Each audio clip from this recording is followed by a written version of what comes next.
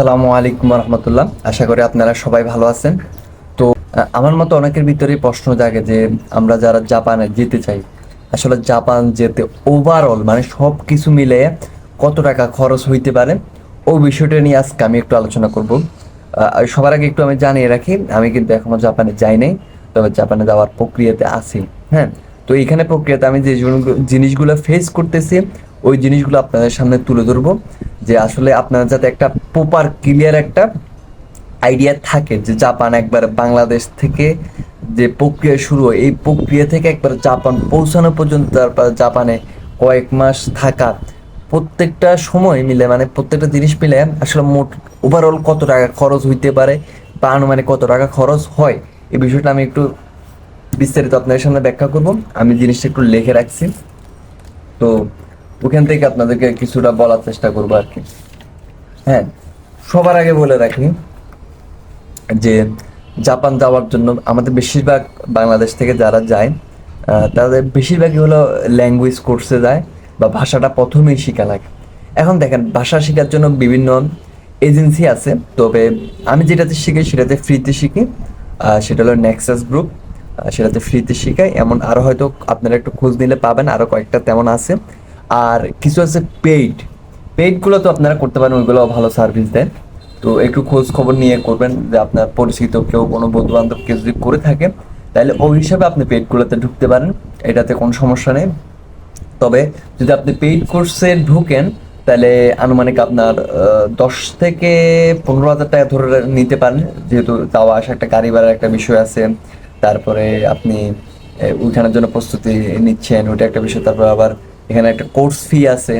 সব মিলে আপনি ওভারঅল 10 থেকে 15 হাজার টাকা ধরে নিতে পারেন, জাস্ট শুধু ভাষাটা শেখার জন্য। এবার আসেন, ভাষা শেখার পর কিছুদিন পর আপনাদেরকে ওরা কিছু স্কুলের জন্য ইন্টারভিউতে পাঠাবে, বা পাঠাবে বলতে ওইখানে ভিডিও কলের মাধ্যমে বিভিন্ন ইন্টারভিউ দিবেন।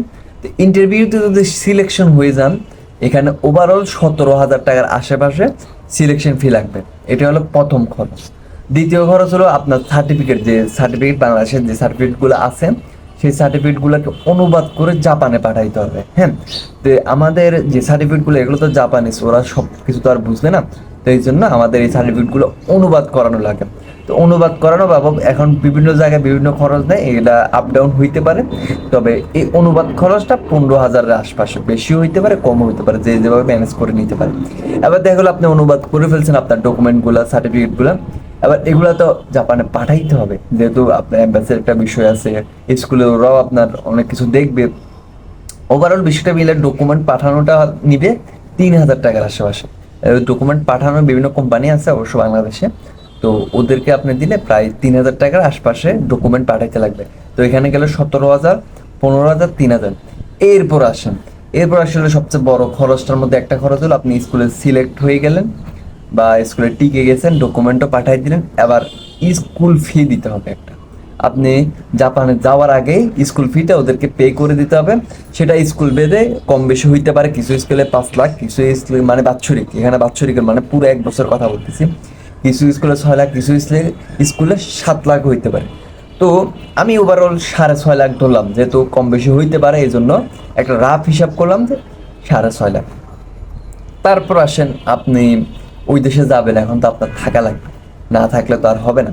তো যদি আপনি থাকতে চান, বেশিরভাগ স্কুলের ডরমিটরি থাকে, যেটাকে বলা হয় ডরমিটরি বা স্কুলের ছাত্রাবাস বলে, মানে স্কুল কর্তৃপক্ষের পক্ষ থেকে সেই জিনিসটাকে মেনটেন করা হয়। তো আপনি যদি ডরমিটরিতে না হন, যদি পার্সোনাল আপনার কোনো ফ্রেন্ড বা পরিচিত কারো বাসায় উঠতে পারেন, এই ক্ষেত্রে আপনার জন্য অনেক বেশি টাকা সেভ হবে। কারণ আপনি যখন ডরমিটরিতে উঠবেন, মিনিমাম আপনার 4 থেকে 6 মাসের টাকা অ্যাডভান্স করতে হবে। তো আমি যদি গড়েও যদি 30 হাজার টাকা করে ধরি, 6 মাসে প্রায় 318, 1,80,000 টাকা লাগতেছে। 30 হাজারের আরও বেশি লাগতে পারে, তবে 6 মাসের টাকা এরকম আপনাকে দিতে হবে। এইটা হলো একটা বিষয়।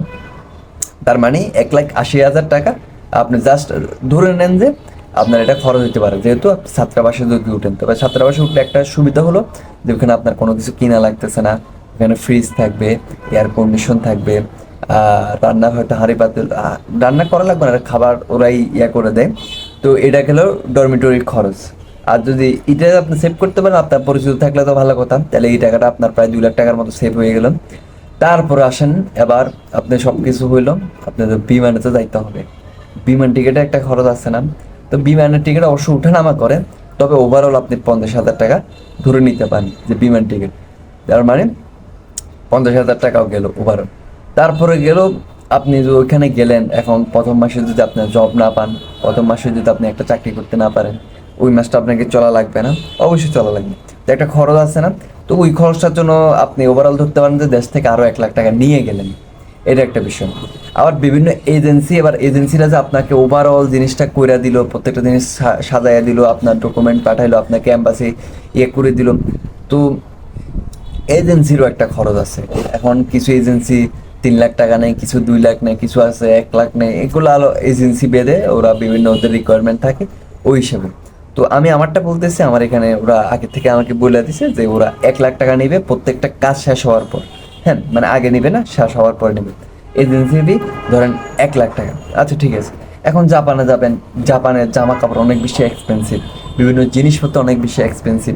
তো আপনি তো অবশ্যই চেষ্টা করবেন দেশ থেকে যত পারেন জিনিসপত্র নিয়ে যাওয়ার জন্য, যাতে ওইখানে আর কিনা না লাগে, খরচ না হয়, তাই তো? তো আপনি যদি জামা কাপড়, তারপর ওখানে কিন্তু আবার শীত অনেক বেশি, তো প্রায় শীতগুলা মাইনাসের দিকে চলে যায়। আমাদের যেখানে দেশে প্লাস 15-20 হলেই যে শীত পড়ে, ওই দেশে তো আরও অনেক বেশি। তো আপনি যখন মাইনাসের শীতের জামাগুলো নেবেন, মানে যেগুলো মাইনাসের শীতগুলোকেও আটকায় ফেলবে, এমন জামা নিতে গেলে এক একটা দাম দেখা যাবে 4,500 5,000, যদি ভালো ভালো কিনতে চান, বা এরকম উপর নিচে হবে। তো এগুলা মিলে আপনি মনে করেন শু নিলেন, কিছু জামা নেন, যেহেতু আপনি অবশ্যই 2 থেকে 3 বছরের জন্য থাকতে যাচ্ছেন, তো ওই হিসাব করে অবশ্যই জামা কাপড় নেবেন। তো ওইখানে আমি ওভারঅল ধরলাম 30 থেকে 40 হাজার টাকা, তো 40,000এই ধরি। তারপর দেখেন, এখন অনেকের আবার ব্যাংক স্টেটমেন্ট দেখানো লাগে। প্রথম অবস্থায় দেখাতে হয় 18 লাখ টাকা, সেটা সম্ভবত স্কুলের ফির জন্য, আমি যদি ভুল না হয়ে থাকি। দ্বিতীয় অবস্থায় আবার 12-13 লাখ টাকার মতো দেখানো লাগে যে আমাদের কাছে আছে।